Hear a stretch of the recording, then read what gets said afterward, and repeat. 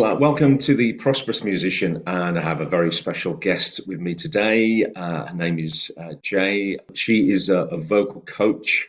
Amongst other things, she coaches the contestants on The Voice. I'm really appreciative that you could join us, Jay. Thank you. Thanks for having us. I'm excited. Yeah. So, how did it all start for you, Jay? Did you grow up in a musical family? How did you get into music? Totally by accident, I think. I didn't grow up in a musical family. I grew up in a very academic family who didn't understand the arts and creativity at all at that point. They've got better at it, I have to say. But yeah, I was the odd one out. So as my career has progressed, I've always totally understood the odd one out and spend most of my life working with those people that also feel like they're the odd one out. So yeah, I went to a normal school. I went to dancing lessons outside of school and got very into that. And because of that, that was my introduction to music, really, dancing to music and loving music. Didn't really know that I could sing until I had to, start doing things in the local Amdram stuff, and then thinking about going to dance college, having to sing to accompany that with, musical theatre and that kind of thing. So I didn't really know I could sing till a little bit later on, and then went to train in musical theatre. Singing took over the dancing a little bit, went and did all of those sort of show type things, West End, and, tried to have a pop music career myself, worked as a session singer, cabarets, function work, recordings, did all of that. And then when I was 32, I had my first, my only child. And that took me on a different, unintentionally different path, because I realized that I didn't want to go and put myself in that headspace of performing. So this was, I hadn't planned that. I thought I would perform forever, and I thought that that would be part of my life. And then I had a child and wasn't interested in people looking at me, wasn't interested in being that focal point, just wanted to be happy in my world. So that took me by accident into coaching, because I still wanted to be in music and loving music. So that took me into coaching. And everything from then on, I think, has been unplanned and has been a bit of an accident. So a happy accident, really.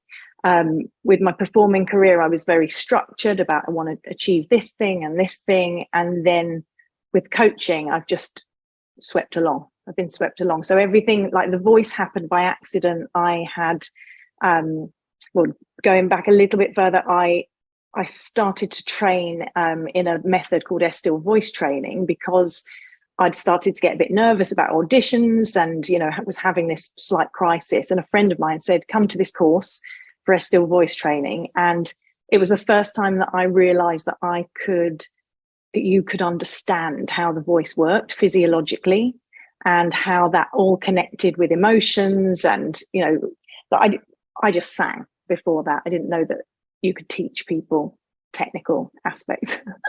So I got quite geeky about that, and I started a degree, and I, started to educate myself and in Still voice training. And then I was actually doing a session work session at Air Studios, and the conductor, it was Tony Bennett, actually, Tony Bennett charity single, and I was singing backing for that. And the conductor, who was conducting this whole military, it was for Help for Heroes, so this beautiful military orchestra, and the conductor said, 20 minutes later, we were in the pub after doing the session, and he said, I'm doing something really interesting, and I know that you're qualified in Still voice training. Send me a coaching CV. And at this point, I'd never made a coaching CV. Sent him one. He said, I can't tell you what it is. And that was The Voice. So I then started to work on The Voice, and have been there for 12 years. So that opened out that whole TV thing, which has been an interesting journey, because that was never in my plan to do that. So TV work, I've done several big TV programs, The Voice being the biggest kind of one that's working with artists. And that's a big chunk of my work. But then alongside that, I also do private coaching. So I work with various bands, prepping them for tours and things, sessions. And that naturally put me into management, because I was coaching people and I was thinking, I hand them over to management often, or I hand them over to the record label, and then they kind of gone. My babies have flown. So I was like, well, I can look after them. So it became, and sometimes it was a younger female that was like, actually, I want to be working with you. So it's like, okay, what is involved in management? So then I started to do a few courses on how to run a record label, and how what artist management is involved. And so I now manage people, but coach alongside, and they kind of, I wear quite a few hats. And then alongside that as well, I do a membership that's a kind of somewhere in between coaching and having a manager, where I support artists in their artist development and growth and promotion in that. So that was a very long way round. Basically started dancing, started performing, fell into coaching, had a lovely time coaching, and that led me naturally into management. Yeah, well, that's quite a story. We've glossed over quite a lot of it there, and we're going to get back into some of it. Well, first of all, there's two things that stood out there. You were talking about you were very focused. It sounded like you had a lot of goals when you were performing. So we want to talk about, did you hit all of those goals, and no, change them as you went? So we'll talk about that in a minute. But also I want to know about how you went into musical theatre. So just talk briefly about that, how that kind of prepared you for the next stages, because it sounded like you went from musical theatre and you wanted to go into like a pop career, to do more of that. So what happened at those kind of times? Yeah, I loved musical theatre, and I loved that dance element of it. But I also, it was at the time, I'm of an age. So it was at the time of Madonna, Janet Jackson, and all of these dance-based, Paula Abdul. They were very dance-based visual spectaculars. And so that had a massive, Rhythm Nation, like, oh my God, that was just iconic. So that had a massive effect on me, and influence to, try and write songs all the time, and, take that musical theatre dance training into something that is a pop thing, which at that time was really normal, to have that kind of synergy of skills. Now it's a little bit less, we do have dancers, that become singers and put on a big spectacle, but then it was really a thing. I did some really good things with the West End, and I did some really big shows and played a few leads and things like that, but I never really achieved what I wanted to achieve with that. What was that then? Correct me if I'm wrong. It's like getting the lead in a West End. That would be kind of like up there for most people getting into musical theatre. So what was the goal for you? I think just being, I would have loved to have been in Les Mis, and I wasn't. I auditioned and got close several times and then never did that. I think being that one person that is, you never get security in musical theatre, and I think that there are a couple of West End performers that do have security to a certain extent. They're going to go from one job to the next job and being one of those people, I think. So you're talking about like being an Elaine Page kind of character, or obviously the female equivalent would be, I don't know, Michael Ball or Michael Crawford back in the day, that kind of thing. So a name for being a West End star. Yeah, and having a kind of I suppose, an identity and a bit of fame from that. And I never did that. I was, I was clutching on. So what's the kind of, you mentioned Les Mis, so is that like in the musical theatre world, is that the kind of pinnacle? Is that what everyone's going for? Or is it just is that a personal kind of high? I think it's a personal thing, because I think I just loved it as a work of art. I love Chicago as a work of art, and I love Les Mis and Miss Saigon actually as well. They're just, really creatively interesting pieces, I think. So I think maybe more of a personal goal than a normal one. And then from that, I was like, well, if I'm not going to be that name in that, I'm writing all these songs, I'm interested in music in itself, and got these icons, then I'll do that. But they're really massive goals. Like, when I'm coaching people, breaking things down, let's see what our expectations are and what's realistic and what we can achieve, and how we can set a process to get to those goals. And I feel really, in some kind of Pisces dreamer way, I was just like, I want to be Janet Jackson. And I was working hard to get there, but was it realistic? Maybe not.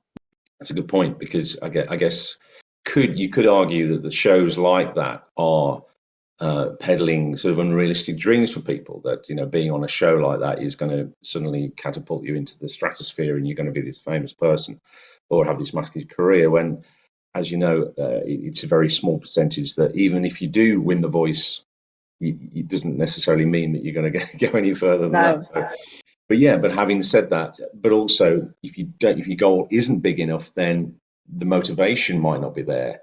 The motivation just to do something slightly higher, going to be as excited about going for that. So I think, like you say, it's kind of like having that goal, but also, as you said, as being realistic along the way, but not so realistic that you're kind of clipping your own wings.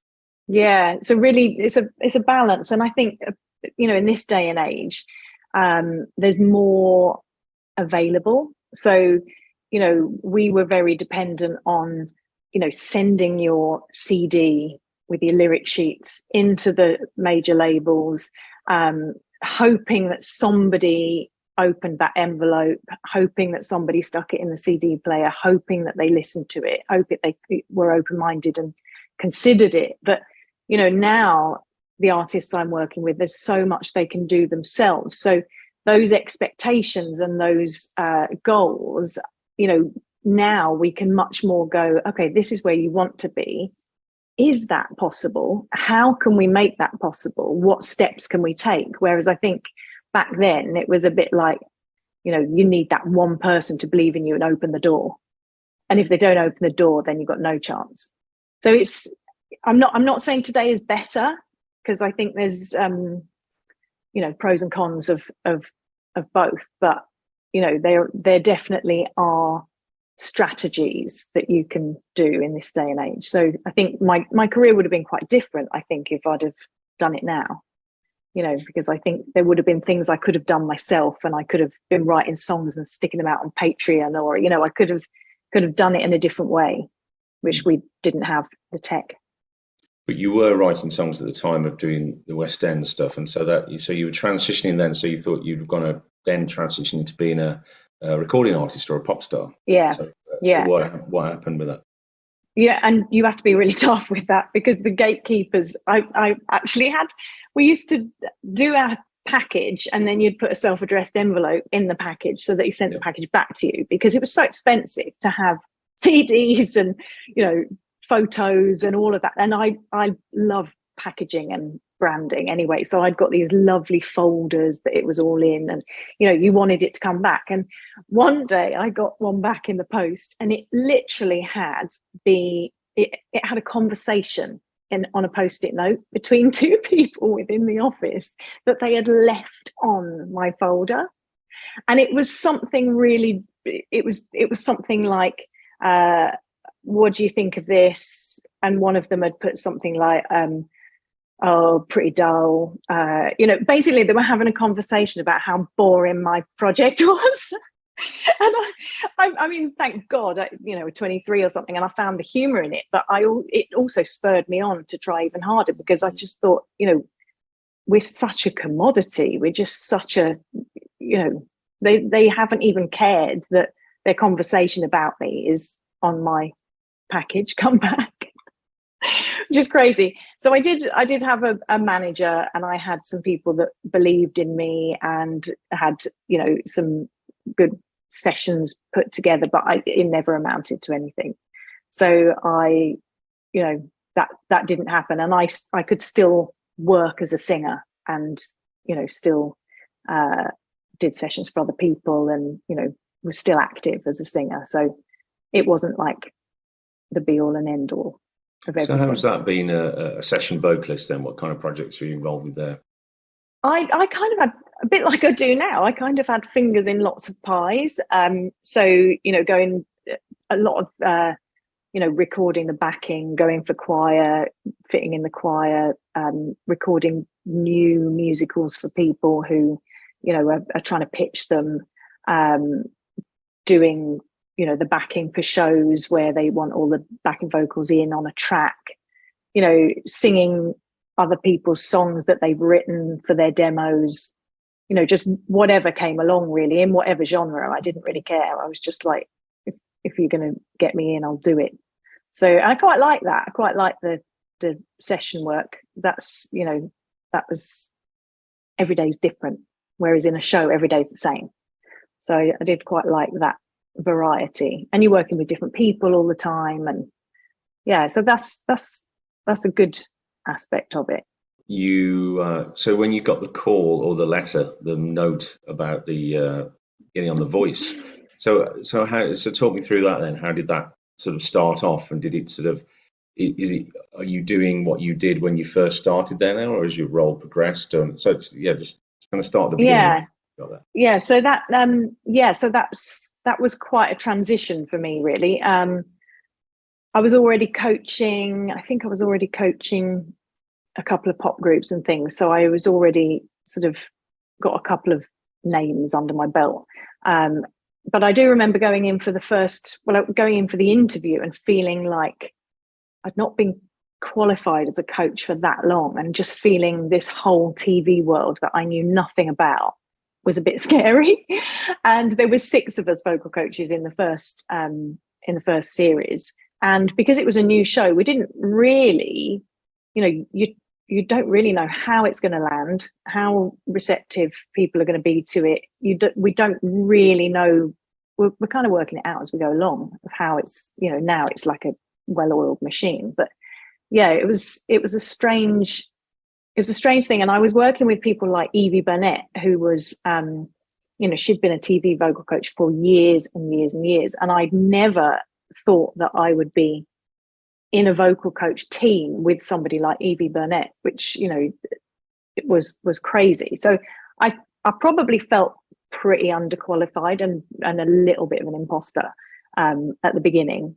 But you know, you're just coaching people. It's just doing your job. You're just doing the same in a different setting. So I mean, there is a bit of a skill to it, which I've learnt now, which we didn't probably know at the beginning. But there is definitely a skill to button pushing moments, and how you develop. You know, a song is a minute and a half on The Voice, and how you take the vocal journey and get the different colors in and get the different sounds in, so that you know, they're purely listening. They haven't got all their senses going. They're really focused in. And, you know, there are ways of changing gears in the voice and getting a new sound in. And it could be one of those sounds that makes them push their button. So it's taught me a lot about sort of micro detail in listening, and how to make something interesting so that they react to it. And essentially, you know, that's what a good performance is, isn't it? If somebody reacts to it. So you're trying to get these singers to react to the coaches, to react to the singers. So yeah, I thought about that. I mean, had a guest on before who's a live music producer, and he was saying the same thing about coaching a band in an audition, and how a lot of people approach it as like a set. You know, they just do like a normal gig, whereas, like you say, it's more about condensing everything into little moments in Yeah. within micro moments within a moment, which is just even half Yeah. a song. It's not even the whole song. So how would you do that? Top three tips if you were gonna, if I had an audition for The Voice. So I think the devil is in the detail, firstly. And I think a lot of singers don't dissect what they're doing to get that detail. A lot of singers just say, I'm going to feel my way and do what comes out emotionally. And that's great. But you then are not carving your journey through it strategically. And that is needed. So I would, first of all, I'd have the lyric sheet and I'd get them to sing it. And I would do hieroglyphics all over the lyric sheet of things that they bring to the table. So things that make them unique, things that are impressive, things they hit a really good sound here, they did a great vibrato here, they did a lovely falsetto flip here, and I would just draw all over it. And then I'd explain to them what I've drawn and I love this and I love this and we need more of this, and this change of gear here could be, it's great, but we could exaggerate it. And so I would map it out and then talk them through it. And most of the times they don't even know they're doing those things. So they don't know they're doing them to then be able to control whether they do them more or less. By bringing awareness to them, I can then say, let's repeat that here, but bigger. Let's do that again. We can balance it and get it so that the changes are in the right place. And then there's an element of when they've practiced that enough, letting that just happen. The voice will just do it. If it's rehearsed enough, then you're onto emotion and storytelling and communication and all those things. But I think if you go for all the storytelling first, you often miss a trick because you don't notice that detail. So that's what I get first, them aware of what they're doing that is unique to them and is great. When you're on The Voice, are you like assigned a certain amount of contestants and you stick with them as long as they stay in? We do have a little bit of crossover due to schedule, but yeah, we generally, because I work on The Voice Kids as well, and and actually you asked me how the job has progressed, and that is one reason where it's progressed. I work to the end of The Voice Kids, right to the end of the final, whereas in the Voice Adults, I duck out before the final. Somebody else takes that over. And The Voice Kids is interesting because when they asked me to do that, I honestly thought, and I was very, very wrong, I honestly thought that it was going to just be full of like Saturday school kids that are all going to be singing the same thing, generic sound, and we're not going to get this creativity because they're not old enough and all of that. Oh my God, I was so wrong. So the first day of auditions, I remember them just one after another coming in with their guitars, their pianos. They've got access to any music they want on the internet, and they listen to it. They listen to it all. They'll say, "Oh, I discovered this person the other day called Joni Mitchell. Have you heard of her?" Oh my God. So they're so refreshing because they're not stuck in any kind of baggage, and this happened at that, I just sang it wrong last time. And, they don't have that. They just can't wait to get on the stage and sing and entertain. So they're an absolute joy, creatively, artistically, and just personally. They're just an absolute joy. Yeah, they grow the more, especially if they get through stages, because then they're allowed to sing something different. They'll sing their blind audition song, which will show something about them, and then they'll sing something else in the next stage. And, so they get more confident as they go through as well, because it's validation that, somebody's turned their chair for them. Somebody likes what they're doing, then they get an opportunity to do something again. And, so they generally grow through the process. And it's a lot of psychological. They need to believe in themselves. They need to be strong psychologically. They need to enjoy it. They need to enjoy the process. genuinely, I feel that they do enjoy the process. Our intention is that we coach them, they're really comfortable with it, they have a good time, they use it for their own exposure of their own projects, and they gain from the coaching, the interaction with everybody, and that is our intention with it. And if a show wasn't that, then I wouldn't be up for it. Would you say more people are coming into it now with a realistic expectation? Because I think, like, at the beginning, The Voice, I suppose everyone was thinking it's going to be like X Factor. You're going to have like this big #1 signal, and everything's going to it's going to be the platform to launch from.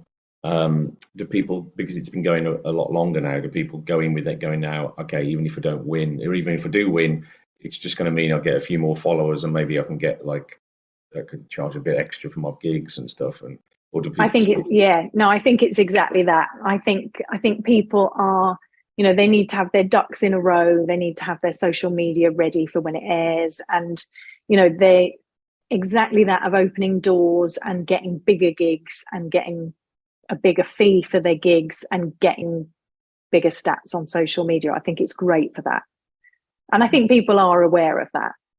And I think that can happen even if they don't get a chair turn as well. Because I think sometimes the people can be like, especially on Twitter, people can be like, if they're really good and they don't get a turn, then they can be supportive. Why didn't they turn? They're ridiculous. I know you obviously there's only so much you can say about it, because obviously there's controversial elements to these programs, and there's a lot of, and we've spoke to somebody on this channel as well, who's been on the American version and had her story as a contestant. So how? I mean, I guess that the theory is that people come in and the producers know exactly who they want to win, and then we'll manipulate manipulate the visuals and the story to go along with that. So I mean, how true is that, and also how much do the producers have involved in like song choice and things like that? And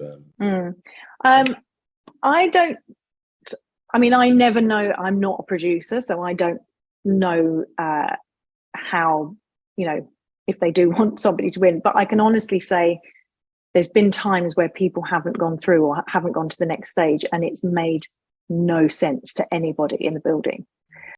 Personally, but the public are voting, and so I don't think it's scripted, because I think we would have had different choices had it been scripted. There's always a thing about people needing a story, and I've changed my view slightly on this since doing the management stuff, because obviously working with PR for artists, and I'm reading everybody's Spotify bios and what catches, and I think there's this thing about you need a sob story. You need a sob story to be on these TV programs, but actually you don't need a sob story. You just need a story, and anybody needs a story, because anybody needs something human to make them interesting. If you go to a Spotify bio and it says, my music is this, I write cinematic, blah, blah, blah, I hope you like it, I'm not going to click listen, because it's just like, you're not telling me anything about yourself. I want to know something human about you. So that I think there is an element of everybody needs a story to be interesting in any situation. And that story could be, I go rock climbing at the weekend. It doesn't have to be a sad one. And so I sort of feel, instead of sort of defending it for a few years, going, no, you don't need a story, that's not going to help you get on the show. Now I'm a bit like, you need a story to get a record contract. You need a story to get a job in a job interview, because if you don't bring anything to the table, you could do a great job, but if nobody's going to magnetize towards you, then. So I feel a little bit with the story thing that, like, everybody needs a strap line in life. You know, if you were describing somebody at a dinner party, you'd say, the one that does such and such, or the one, and you describe them in some way. And I think that's what the story is. So do That's you slightly work with them? controversial.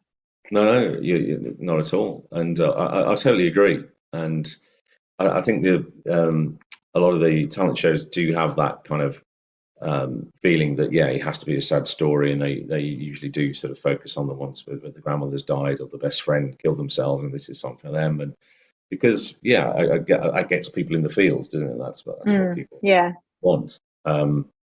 Yeah, I totally agree. Even without being on a talent show, you still need a story. You need an angle. You need something to differentiate you, or to, like you say, your own unique story. Because otherwise, music is very commoditized, isn't it? You could go yeah, somebody else and listen to something probably just as good, or if not better. But you're really listening to this one because you're vibing with the story, or you feel some connection to that person. yeah, That's why you're listening to their music. And yeah, like you say, in a show, and that's what it is, isn't it? It's an entertainment show. Essentially, it's not necessarily about the music. It's more about like a journey. It's about people, like mm, seeing people go from like nothing to something, or seeing some kind of progress, or an ascent or something.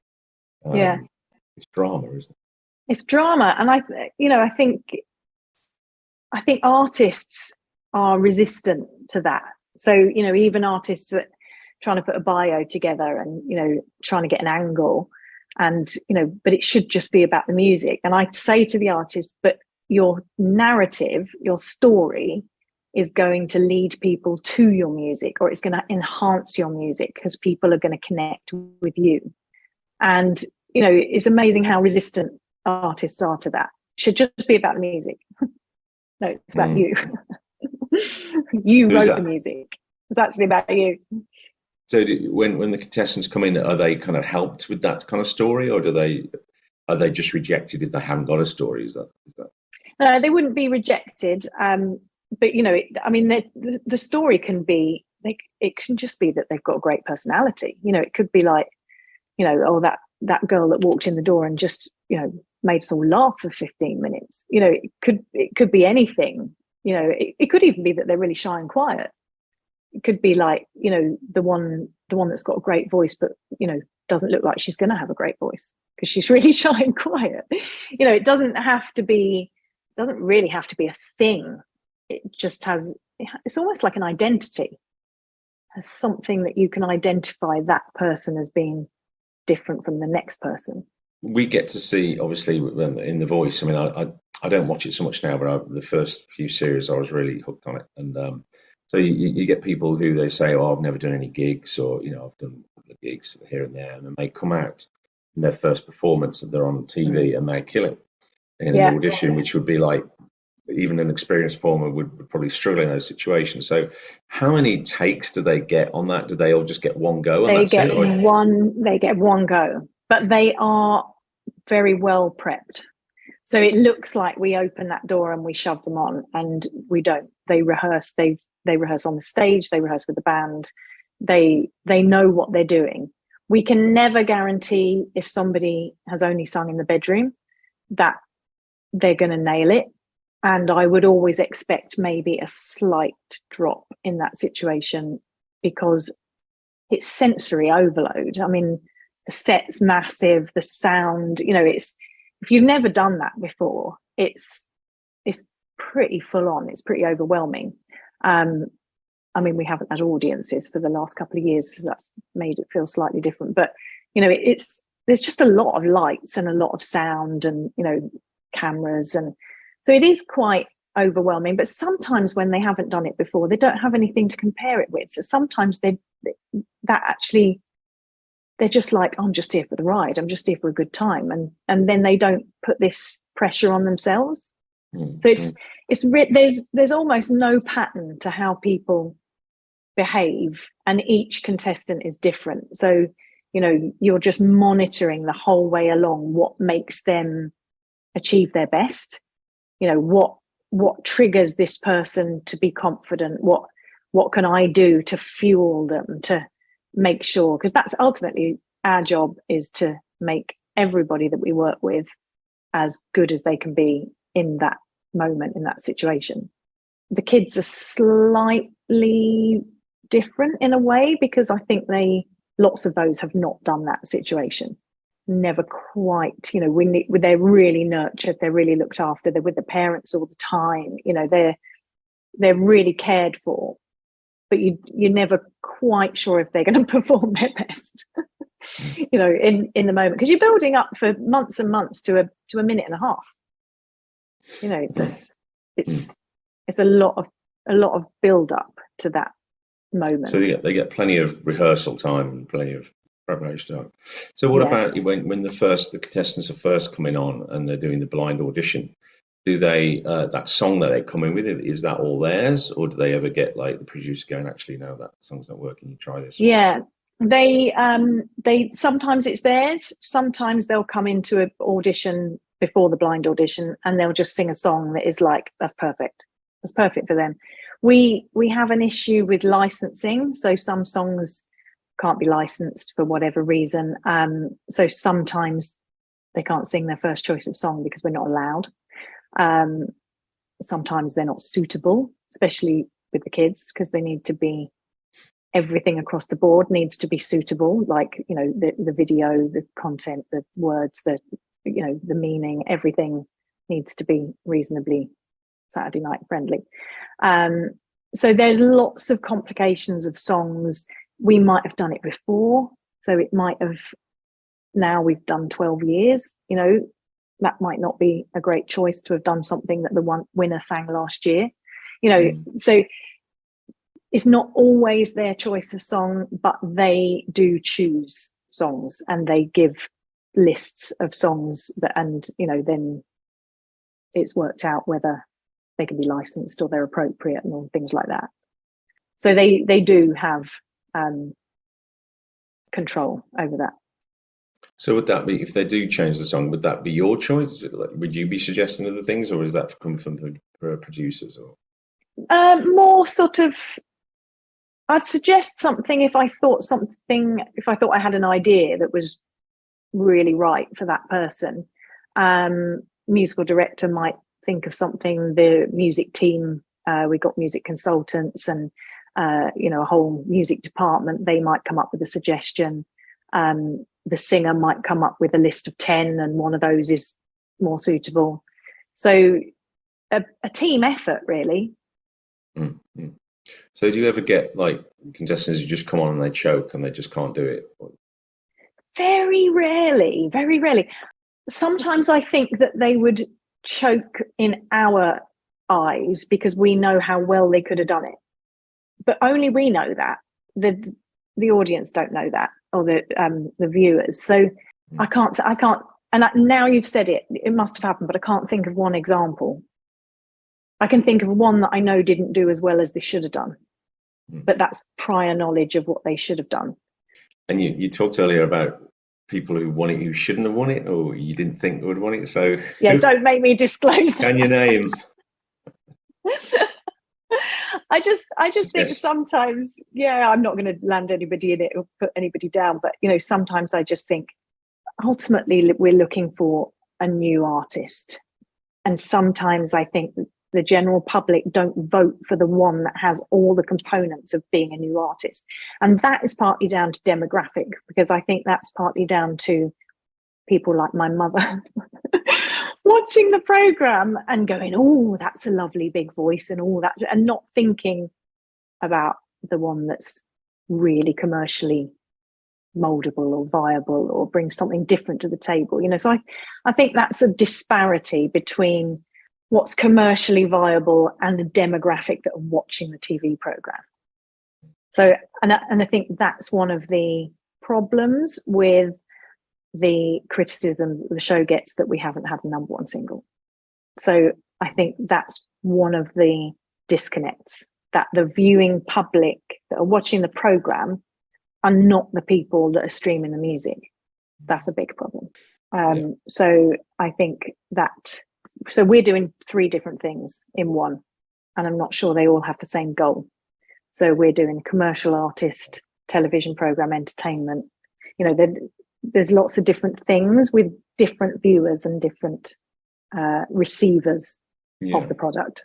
That's a good point. I've never really thought of it like that. That it's yeah. So the Saturday tea time audience want to be entertained, but they're not really gonna stream the songs. Yeah, not at So all. My mum doesn't even have Spotify. yeah, She's prime example.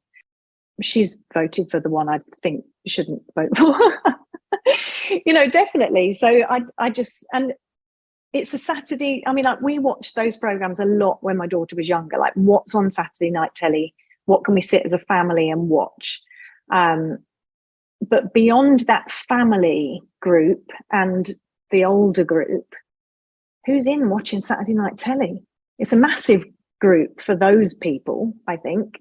We punctuated our week when my daughter was younger by Saturday night telly, all of those programs, because it was something we could all do together and enjoy together.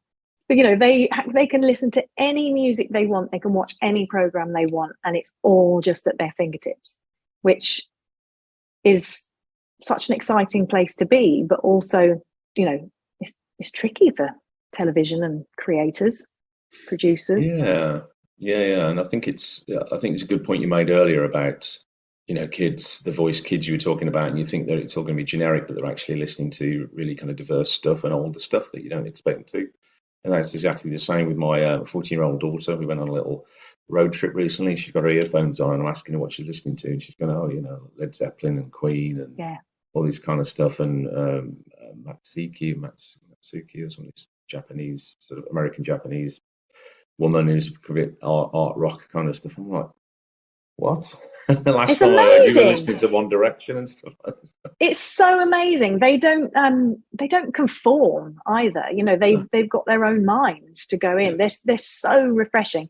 And there is so many times I have the argument when people say, "Oh, all the music today's rubbish. It's not like it used to be, and the kids don't know what." I'm like, the kids are listening. The kids are all into Kate Bush at the moment. Like, the kids are being educated.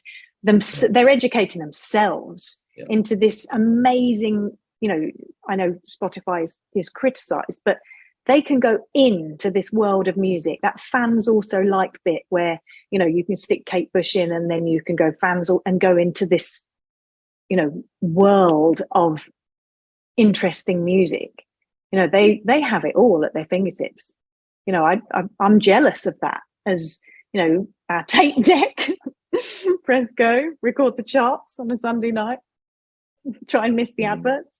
It's such a different world, but it's exciting. I think musically, we're going to reap the reward of that, because they're going to be the creators that are coming up with this mashup of all these great artists. We can get the wrong view, or the public view, as you said. The Saturday tea time general populace view is very different to what's actually really happening. That's very clear in the disparity between, as you said, streaming and the charts. For want of a better word. I hadn't really thought about that. Actually, you've made me think. But there's got to be another sort of spin-off show around that. With kids singing, the Jesus and Mary chain or something. Or obscure sort of indie stuff. Right? They're just, I'm so fueled by them. In fact, the teams that I work with pretty much got me through lockdown, because I was working with one lad that the parents wanted their time filled. I was in crisis because of all my live work had stopped, and and my husband works in hospitality, so we were completely in crisis. And these mums would be like, I know he normally has a lesson once a month, but can we do online? So there was one lad that I was teaching songwriting lesson a week and a vocal technique lesson a week, and he was also coming to a group class that I did online as well. So just so inspiring. In songwriting lesson, we'd analyze things, we'd pick different songs, we'd break them down, work out the chord structures and things. The information that he would give to me about these songs and how his perception of so interesting and so inspiring. And then he'd have his technical lesson, and then he'd come to group class and sing something amazing, because he's processing it the whole time. So the teenagers are just so inspiring and so refreshing. And they get such a bad rap in general life, the youth of today and blah, blah, blah. And, you get to know them. They're amazing. I fly the flag for the teenagers. That's right. Good to hear. So we talked about you coaching contestants and coaching clients. So do you coach the contestants prior? So let's say season of The Voice is done. Some of the contestants, do they carry on working with you, or do you work with contestants to get them into The Voice as well? That kind of thing. Yeah. So we can't work with anybody on the show that we know. So I have sent some people that I work with to audition, but I can't work with them on the show because it's not fair. And sometimes I have worked with people after the show. Yeah, definitely. As they, a vocal coach thing is like, it's a funny relationship. If you click, and it's our job to understand them and find ways in to get the best out of them. But if you click with somebody, they, sometimes I think it's a bad thing, and sometimes I'll say to somebody, you need to actually go and see somebody else, just for a few lessons and get someone else's perspective, because they're becoming slightly like you're their lifeline. And I think that that's not always healthy, because you've got to be able to fly to that country and do that gig over there if I'm not going to be there. Like, it can't be so dependent. So I think sometimes it's good for them to see other people. But if you do click with a vocal coach, then they understand. I've got singers that I understand their voices inside out. So if they message me from, middle of a European tour or something and say I'm struggling, I know what their weaknesses sound like. I know what their strengths are, so there is something good about that understanding and long-term relationship. So who are your mentors and coaches? I was thinking about this when you asked this question. I think I have different mentors for different things. I have a music consultant who is my mentor for like music business stuff, and he runs the School of Music Business. And I met him because I went to do a how to run a record label course, and so he's like my music business guru. So he's who I would ask on anything kind of music business related. And then academically, I've had two very strong mentors from doing my master's degree, who were very, very good at leading me through that process. But I think in general life, we're all self-employed. So we're not in, even if we're doing a contract like The Voice, it's still a freelance contract. So we don't have that structure that you'd have through work, where somebody would be assigned your mentor and they'd look after you. So I think we all look after each other. So yesterday I was on a coaching call with another vocal coach who's a very good friend of mine, who was just like, I'm a bit stuck in a few ways, can we brainstorm? So then we had a conversation yesterday, and I work with some really inspiring vocal coaches, really inspiring people in and all of a very positive mindset. We're all in this new wave. I think we've left the 1950s, training behind. So, I work with Juliet Russell, who's incredible. Josh Alamu is incredible. I work with him on Starstruck at the moment. And so I feel like we all sort of, John O'McNeil, I work on with Voice Kids, a very good friend. We're all really good friends, but I'd almost say they're my mentors. We sort of mentor each other. I've got another vocal coach friend who's probably my sort of life business mentor, and we check in every couple of days with each other. Is everything on track? What are your aims? What are your goals? So I don't think we're assigned mentors or go and seek mentors, but we just happen to sort of mentor each other, which is that's maybe because we all understand each other and all understand the sort of freelance thing of it. So who would you like to work with? Whether that's like if you could write a song with somebody, or if you could be in a band or coach them, or in any capacity, who would you like? I think I am working with who I want to work with. I think I want to work with the youth. I want to work with teenagers who are creative and inspired and passionate, and I want to develop that journey.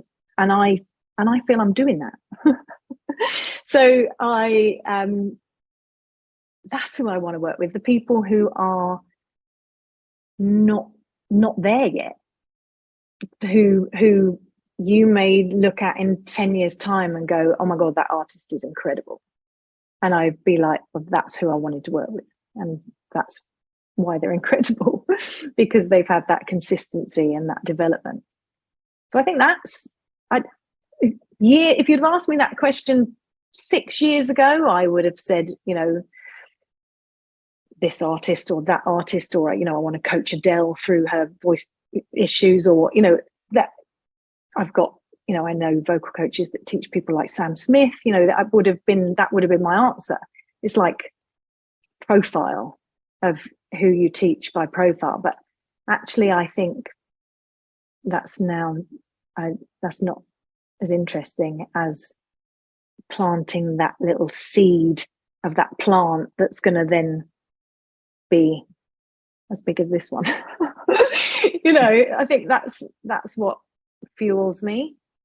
And actually I think that's come from doing the Voice Kids. The Voice Kids, I think, for me was I won't say life changing, but it was career changing, I think, because I think it completely changed my sort of realization of what could be achieved.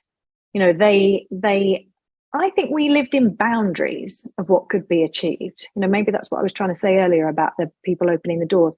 We lived in boundaries. There was limitations to even what notes you could sing. Until Mariah Carey came on and did whistle notes, we didn't know that we could sing whistle notes. There was always limitations in the West End. You were a belter or you were a soprano. Those boundaries are not there now. You can play both. So I think the teens brought, with the Voice Kids, I've just realized that the trajectory that they could go on was limitless.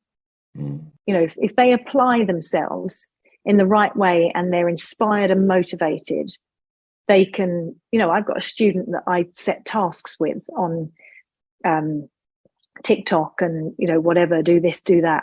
And they do it, and they do it amazingly. And they do the whole production on their Logic. They put all the voices in, they play all the instruments. Like, they're just limitless. So I think that's my answer to that. You believe the children of the future? I do, in the words of Whitney. Oh my God. I do love her. For vocalists who want to, I won't say make it, but who want to progress, who want to maybe make a living out of singing, or want to be a pop star, or want to go to teaching, or whatever it is, but be in the music business. So what would your advice be for them?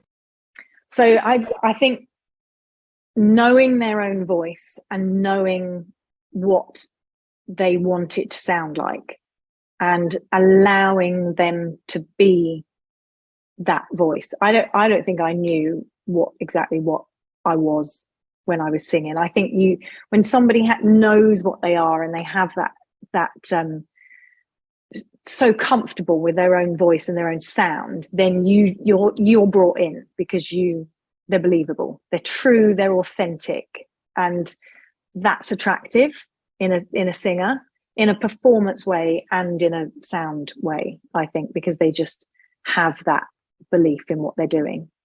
I think they need to write lots of songs, because I think you could like one song in every 10 you write. So if you write 100 songs, you've got 10. I think it's a skill you get better at. So I think writing lots of songs, and I think they have to accept the technology. And that's another thing, like I said, about the story that artists are resistant to.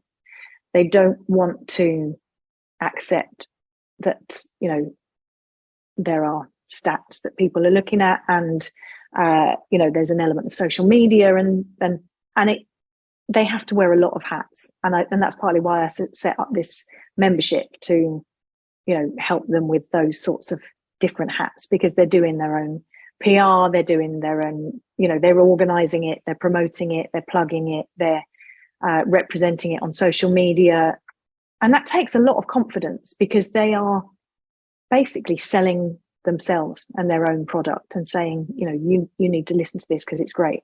And that's really hard to do.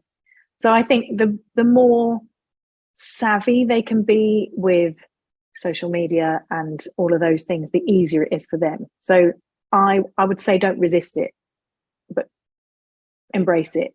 You know, it's if you flip side it, it's a free stage. You could do a gig, you could do a live gig if you wanted every night on social media, and the more your followers grow, the more people you're reaching. You know, if we go and do a gig, and I would never want to replace the gigs, but if we do a gig, you know, you might play to 30 people in a room. So I think I'd say absolutely know your voice. Be really, really authentic to your sound. Write lots and lots of songs. Work with lots of people as well, because producers are going to bring you different vibes. And there's so much to be learned from other people. And get savvy with tech, which people will hate me for. But it is the way forward. We can't resist it any longer. No, we can't. And I think if you just flip mindset, you know, I wrote a blog recently about how is your social media mindset, because I think there is a negativity from artists towards it and a reluctance to do it, but they need to document what they're doing, because they're doing it anyway, and that's what needs to be going out. You know, they don't need to be then having, I'm doing a creative day where I'm like gonna, you know, plan my, you know, I think they just need to document as they're going and be consistent. It's hard. It's really hard. I do sympathize, because it's a lot of work, but it's possible DIY, which it wasn't possible back in my day. So, you know, when I said there's pros and cons, there, you know, we needed somebody to open the door. You now don't, but you need to put energy into that. It's no good having a product if nobody knows it's there. Yeah, I think it's the music business after all, isn't it? The music's part of it, and the business is also part of it. It's equal parts, and marketing, of course, being a big part of that. Just before we hear more about where we can find you and your coaching practice, I just wanted to ask you a little bit more about, you were talking about performance, because that's an interest of mine, about, yeah, you can sing a song, anyone can stand up and sing a song, but what are the key things to performing a song? What is the difference between, this is what I like to sort of differentiate between a gig and a show. Mm-hmm. So what's the difference between getting up and singing a song and performing a song? And what were the sort of the key points of like performance versus just singing? Yeah, I think emotional connection, connection in general, actually, to the lyrics, to the song, to the vibe, so that it's truthful. So it's delivered, you know those singers where they give you goosebumps, you know, that's a connection. They're connecting with the song, maybe the contour of the melody, the way it sounds in their voice. They're connecting with that, but they're connecting with the story, the emotional intention behind those lyrics. They're potentially connecting to the audience. They're connecting to you. You know, that's special when that happens. And I don't think they can do that without connection. So I think that element of it is a mental connection. You know, how do you get connection? I think you get it. I mean, I would get people to analyze lyrics, put them in a context that they understand if they haven't written them. So if it's a cover, you know, what does this song mean to you? What can you visualize when you're singing this song? It might not be what the writer intended, but it's your version of events that you can connect with. Being so connected that they can stay connected when there's other things going on. So when they're in an environment or on a stage they've not been on before or something, or somebody's heckling, or, you know, whatever, that they can stay in the moment of that connection. I think I did my dissertation in my master's on how do producers capture the best, you know, the potential out of a voice in a recording. And I thought it was going to go down to microphones and resonances and, you know, fidelity and blah, blah, all of those things. And the whole dissertation came out at the end as emotion. You know, what makes a, you know, what is a capturing potential in a voice? What is that potential? And it all came back as emotion, something that makes us feel something. And that can be imperfect. It doesn't have to be slick technically. It just needs to be connected and real. So I think that's really important. And then I think that follows back way back in my dance background, that follows back for me into physicality. So we, and I talk about physical identity, and if you were in a silhouette, so if you watch somebody on stage in a silhouette, you know, you would know Freddie Mercury is Freddie Mercury. You'd probably know Robbie Williams by, you know, in his less distinctive clothes wise and stuff, but you'd probably know him from the way he walks across the stage. You know, you'd know Amy Winehouse from a silhouette. You know, you'd know James Brown from a silhouette, the way he walks, the way he dances, the energy. So that as well, I think, is really important to have. You know, you're connecting with the song, but you're physically connected, because, you know, we don't just speak. You know, I'm using my hands now as I'm speaking to you. We don't just use our faces. You know, our whole body is involved. So having that truthful storytelling connection with the whole of yourself, holistic performance, I think, is a believable one. Yeah, I couldn't agree more. It's hard to do though, because you've got to be totally uninhibited and, you know, free and comfortable and confident. All of those things, you know, when singers have got imposter in their minds, and, you know, all of those things to overcome that and be physically, holistically free and authentic is not easy. And I guess it's probably easier to do in a 1.5 minute audition, to stay in emotion and to connect in that way, than it is to do like a 3-hour show and be emotionally connected to every song. Yeah. But it does make the difference. And like you say, maybe that is, I know you're not on the X Factor, but I guess that word, that phrase, the X Factor, is probably that, isn't it? It's that something you can't quite quantify what it is, but you know when your hair's standing up, and you know what it makes you feel. And after all, that's how music, particularly on Spotify, is curated.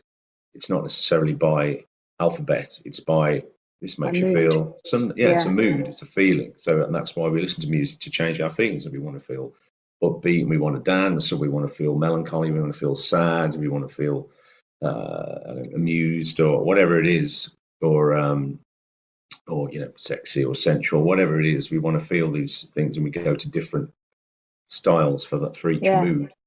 But I remember playing this song, and I remember like really sort of meaning every word and really connecting to it as an experiment, almost like to say, okay, this audience, they're not really there, but let's see what happens.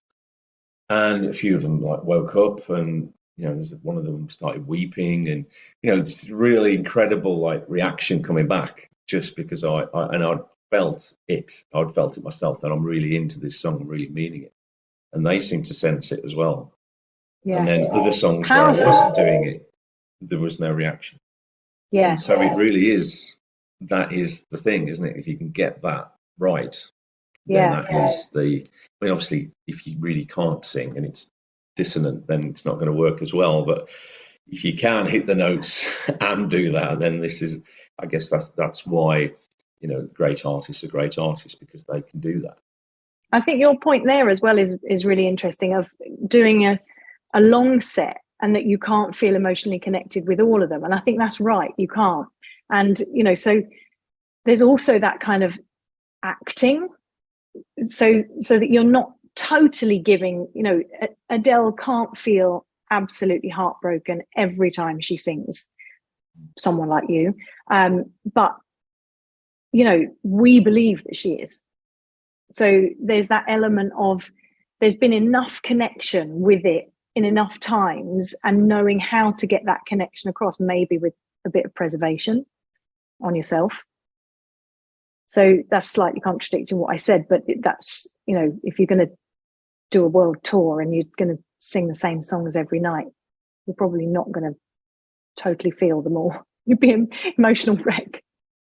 Exactly, and that's, I guess that's what I'm, you know, bringing it back home to the, like, the performance element of something. So you can have like a raw energy, like connected to a song, and so you're emotionally involved in it without even performing it. Or and then there's the little things of, you know, singing and, you know, shutting your eyes and doing little things that make you look as though you're in it, but maybe you are in it, but not as totally as the song, as you're supposed to be in the song, but you can still convey, as you said, a good enough look to go, yeah, they're feeling that moment and they're making that appropriate gesture at that moment in the song. I think video is a good teller for that as well. Because there's a balance, I think, of performance level. I was doing some backing vocals for a prog rock band, and probably 2004 or something, and we were filming this thing for a video, and me and the other backing vocalist watched it back, and we were like, we look ridiculous. We look totally ridiculous, because we were so into it. We were so going for it. We thought it felt great because we were, like, you know, letting loose. We were letting loose, but it looked ridiculous. It looked too much. And we then reverted back to classic, you know, backing vocals, straight face, little bit of a bop, and, you know, we went moody, because our full performance felt great to us but didn't look right. So video can tell you that. So, you know, videoing yourself and watching it back, you can learn so much from that. Yes, yeah. And I heard something very similar to what you were saying just about that, about videos, and that very same kind of story somebody was doing. And, you know, like, people have got, like, when they're playing the instrument, they've got up doing this, gurning and doing this kind of thing. But in a video, as you said, it just looks wrong, because the video is probably telling a different story as well. You're telling the story in a video, which is a different narrative to what the song is. Yeah, it's. I mean, I think people should record their rehearsals and video their rehearsals and analyze, because there's so much to be learned from your own self-analysis. Yeah, absolutely. And as you know, with theatre, obviously theatre's more about projection and making things bigger, whereas video's making things just maybe with the eyes and much smaller, micro. Goes back to that micro managing, like we micromanage the vocal, the sound, into the gear changes and things, you know, micromanaging performance as well. Great. Well, we've heard a lot about you and what you do. So how can we get in touch with you? Where can we find you? So I have most of my social medias are just under J Ramage, which is JAI RAMAGE. My website is jramagevoice.com. And from there, you can pretty much get to all my avenues.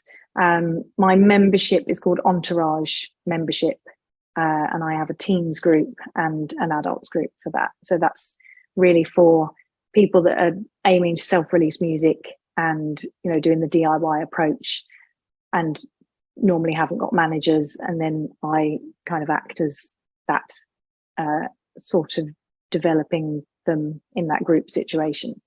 EntourageMembership.com and my website, jramagevoice.com.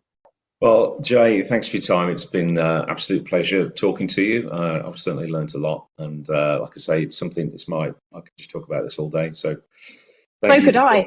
We'd be here forever. Thank you very much for having me. I've really enjoyed it. I appreciate it. Thank you very much. Thank you.